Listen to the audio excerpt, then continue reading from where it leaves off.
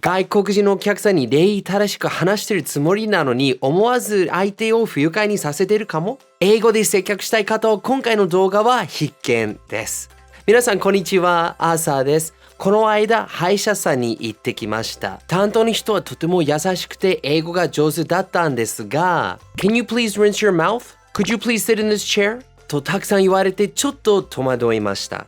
日本人は英語で丁寧に話すときにcould とか please を使えばいいと教わるからつい言ってしまう方が多いですね。確かに丁寧な言葉使ってはいるし、普通に丁寧な文章です。しかし、英語で接客が上手にできるための大事なことが欠けていて、相手が不愉快になることもあります。そこでお客さんが本当に喜ぶ接客ができるように、今回の動画では、1、Could you please はなぜ不愉快になるケースがあるか。2、英語と日本語の接客の根本的な違い。3、おすすめの言い方を一緒に学びましょう。よろしくお願いします。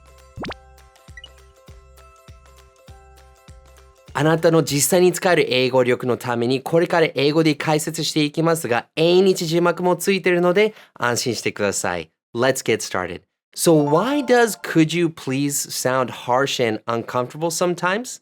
It's not because it's grammatically incorrect. This is a perfectly fine sentence. And it's not because it's impolite. You know, could is more polite than can, and please is used in polite requests. And that's what you learn in school too, right? So what's the problem? It's because could you please can, depending on the context, be used when you're angry. Arthur, can you please shut up? Huh? And even if you're not angry, it can feel cold and distant. 朝、丁寧なのに怒ってるってありえるの？どうして？ Because being polite causes distance, and when you're distant, it's easier to share negative emotions or be cold. You know, when we talk with someone, we are connecting with them, and a key part about that is maintaining a proper distance, not physical distance. Hey, Masa! Huh? Wait, where are you going? Or social distance. Hey, Arthur. It's too small. But mental and emotional distance. So how do you create this distance? By being polite. And who are you normally distant with? Well, people you don't know or in professional situations. That's why many Japanese people, when they learn Seikyaku Eigo, they focus only on using polite English. Which one is more polite? Which one is more casual? But this often leads to service that feels cold, impersonal, and even unfriendly. If you are too distant from them, they may feel you are cold or that you are angry at them. 実はこういうのって日本語にもあります。友達同士でいきなり敬語を使われたら距離を感じて何かしちゃったのかなと思いますよね。You know, Masa, it's really great talking with you. I'm really glad we're friends. ありがとうございました。またよろしくお願いいたします。Huh? What? Where are you going? And that's what I felt at the dentist's office the other day. If we want to do great service in English, great seikyaku eigo, what we need is not just politeness, but friendliness too. 丁寧さだけではなく優しさも必要です。But Arthur, isn't polite and friendly opposite? How can you have both at the same time? Many people think that the opposite of polite is friendly. I mean, you're polite with strangers and friendly with your friends, right? But that's not true, actually. We have to understand what being friendly actually means. You know, being friendly in English isn't necessarily just that English you use with your friends. It's English that shows you are on the same level as the other person, that you are equals with them. And it's important to maintain this same level relationship when you talk in English. And this is a big difference between Japanese and English culture, both culture and language. You know, Japan has a really strong hierarchical culture, 上下関係の文化. There are 3 levels, above, same, and below. And when talking in Japanese, it's really important to keep this structure in place. Who is above and who is below? You talk with people above you one way. Hey, Masa, did you finish the report? 申し訳ありません。まだ終わっておりません。You talk with people below you a different way. Masa, did you finish the report? ごめん、まだ終わってないんだ。And you talk with people on the same level as you another way. Hey, Masa, did you finish the report? ごめんなさい、まだ終わってないんです。But English has no 上下関係. It's a flat society. We see each other on the same level. And you can even see this in the language itself. For example, how do you say give in Japanese? Well, it depends on the person. There's no single word for give in Japanese. It's translated either as ageru or kureru. It's up or down. But give is just give. It's not up or down. It's side to side. I'll give you something is 何かあげるね. And can you give me something is 何かくれる? Hey, Masa, how do you say give in Japanese? give はあげるだね。Oh, okay. じゃあそのレポートあげる? その場合はくれるになる。Oh, okay. じゃあそのレポートあげてくれる? The language itself shows this hierarchy relationship. When we speak in English, it's important to keep a flat relationship with the other person, like you are on the same level in everyday life and even during work or in service. And when you speak with someone like they're on the same level as you, that's what we mean by friendly. And that's why when we learn service English, 接客英語, it's important to speak in a polite and friendly way to keep the proper distance, but also speak on the same level as someone. An easy way to figure out whether something is polite or friendly is this. A polite thing is something you don't normally say to friends. If you use it with your friends, it feels too distant, so it feels strange.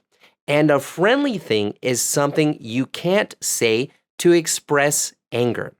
Let's look at some concrete examples of this. So right over here is a graph. Now, on one side, you have politeness, and on the other side, you have friendliness. The opposite of polite is casual, something you can say to your friends, and that goes at the bottom. And the opposite of friendly is cold, something you can say when angry, and that goes to the left.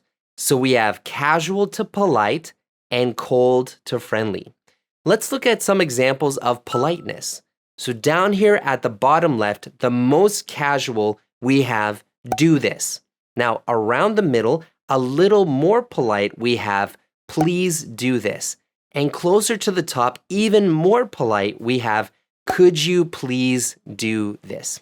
Now these phrases are different levels of politeness, but there's no friendliness in any of these phrases. So it's easy to use these phrases when you are angry or you want to seem cold to someone and create that distance too. Arthur, could you just please drink the sake? Okay. God, finally. I'm sorry, man. Now for low-touch 接客 jobs where you don't talk too much with customers, like working at a register, you don't need to worry about friendliness so much. But if you have a high-touch job where you talk with customers a lot, maybe as a doctor or a nurse or a server at a restaurant, it's very important to speak in friendly ways too, not just polite, but friendly too. We want to use English that is in this area, in the top right. English that is polite, but also friendly too. Now, is this a bit confusing? How can you figure out which phrase is friendly and which phrase is polite? Well, the best way to learn what phrases are best is to interact with English speakers and see what they actually say for each situation. But actually talking with people can be difficult, so I'm going to fill in this graph as I make videos about 接客英語 for you. So in the situation at the dentist office, instead of saying, could you please? Well, what should they have said instead? Well, a friendlier way to say the same thing that still maintains the proper distance, that still sounds polite is, can I have you? Or could I have you? For example, she could have said something like, can I have you sit in this chair? Could I have you rinse your mouth? This is like in Japanese when you say してもらえませんか? していただけないでしょうか? Have is like もらうand いただく, right? Now, these are polite phrases. They keep the proper mental distance, so you would never use them with your friends. All right, Austin, can I have you put the cup over there, please? Why are you asking me like that, man? Like, you know me. Yeah? So, like, why are you so formal? What should I say instead? Just put the drink over here. But they are friendly, so it's difficult to use them when you're angry. Austin, can I have you be quiet? Are you angry? I'm angry right now. I can't tell, man. You're being too polite. Remember, the most important thing in English isn't politeness, it's friendliness. So no matter who you talk with, it's important to be friendly. これで英語を実際に話す感覚を学べました。でも問題があります。こういう実用的な英語を学んでも、いきなり外国人の対面して使う機会が来たら、頭が真っ白になって言葉が出てこないです。具体的にどうしたら英語を実際に話せるようになるのでしょうか？英語のフレーズや文法をもっと学ぶ前に、英語を実際に話す感覚を身につけないといけないです。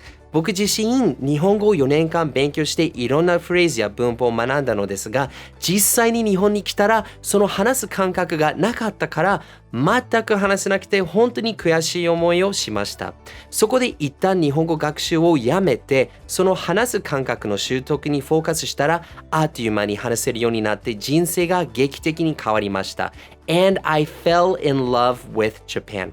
より多くの日本人の方がその話す感覚を身につけて世界の人々と壁なく交流してほしいと思っているので、その方法を無料動画講座で公開しています。メールでお届けしますので、詳しく知りたい方はこちらをタップするか動画の概要欄にあるリンクをタップしてご登録ください。Thanks so much and I'll see you next time. これからも一緒に世界とつながりましょう。Bye!